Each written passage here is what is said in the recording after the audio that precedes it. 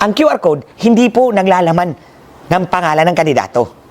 Ang laman po niyan ay code na pwede kong baguhin kung gusto kitang dayain. At sinong pwedeng magbago? Eh di siya may hawak. Si Comelec. Oh.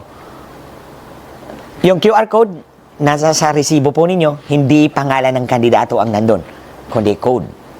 At kung gusto kong dayain, ipapalit ko yung code. Hindi mo alam. At sino may hawak nun? Yung lookup table, yung reference table, si Comelec. At si election provider. Oh. So, pag binerify mo, syempre, naka-hook up yun sa kanilang lookup table. So, ilalabas nila. Makikita mo dito sa right side kung ang laman ng QR code is exactly yun yung nakaprint doon sa resibo mo. So, pwede mong i-verify yun, di ba? Papabasa mo kasi pwede naman eh. Iba ang nakasulat, iba ang laman ng QR code. Kailangan nating i-verify yan. So, pwede nating i-verify using the camera na nandun sa makina. So, papabasa natin, and then on the right side, lalabas yung mga pangalan. Hindi na code. Kasi naka-hook up yun sa lookup table nila. So, paglabas, be-verify mo, tama ba? Itong nandito sa screen, ito ba yung naka-print? Para alam mo na yung QR code, tama ang laman. However, on January 21, 2025, October, November, December, less than 3 months later, nagpalabas ng panibagong resolusyon ng Comelec. Resolution number 11098. Wala na pong verification ng QR code. Yan ang red flag. Yan ang palatandaan na dadayain yung eleksyon natin ngayon. That's the clearest red flag to me. Kasi kung ako yung botante, gusto kong makita na yung QR code ng resibo ko, tugma doon sa nakaprinta sa resibo ko. Titingnan ko sa screen. Papabasa ko yung QR code sa makina. At titingnan ko kung yung nasa screen, yung ba yung nakaprint. Para alam ko na sigurado ako yung QR code tama. Kasi pwede naman. Iba ang nakaprint, iba ang laman ng QR code. At hindi mo alam kasi hindi mo na mabe-verify ngayon. George, anong sasabihin mo? Ano isasagot mo sa sambayan ng Pilipino? Bakit nyo tinanggal? George, nagbayad ka. Magkano ba ang binayad nyo sa feature na yan? Yung camera na yan, binayaran nyo. Yung feature na yan, yung part ng program na yan, binayaran nyo ilang bilyon? Or hundreds of millions of pesos. Tapos ngayon, hindi nyo pala gagamitin? That's mindless wastefulness. Parang nagtatapon lang kayo ng pera ng taong bayan na pinaghirapan ng sambayan ng Pilipinong bayaran.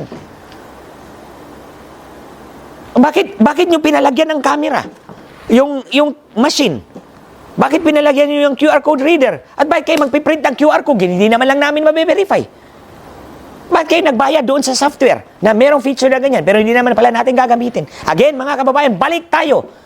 Tatanungin ka, BEI, ng makina kung maglalagay ka ng digital signature. Sabi ng Comelec, huwag mong pirmahan.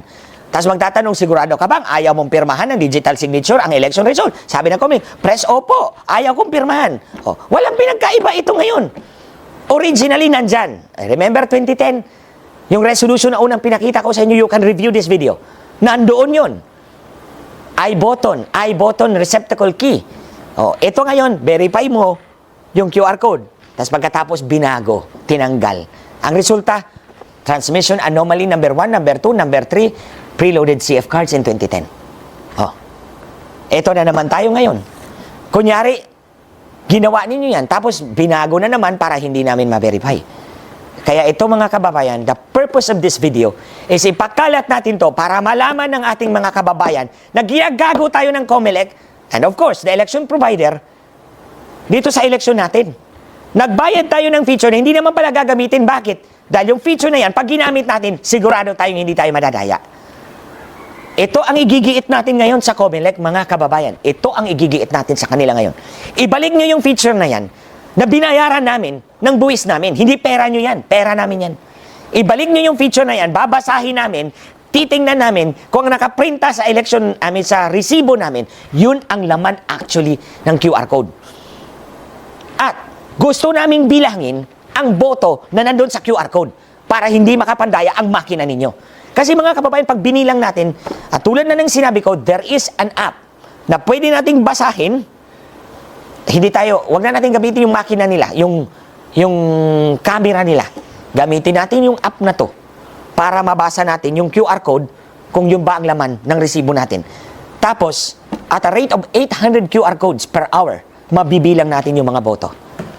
So kung mabilang natin ang boto using the QR code, hindi makakapandaya yung makinala. Kahit anong gagawin nila, mabubuking at mabubuking sila. Remember the revision report of Congressman Villafuerte? Nakalusot dahil wala tayong nakikita. Wala tayong nakikita. Lahat ng daya nandun sa makina or sa transmission. Anong kapanapanalo natin sa sistemang ito, mga kababayan?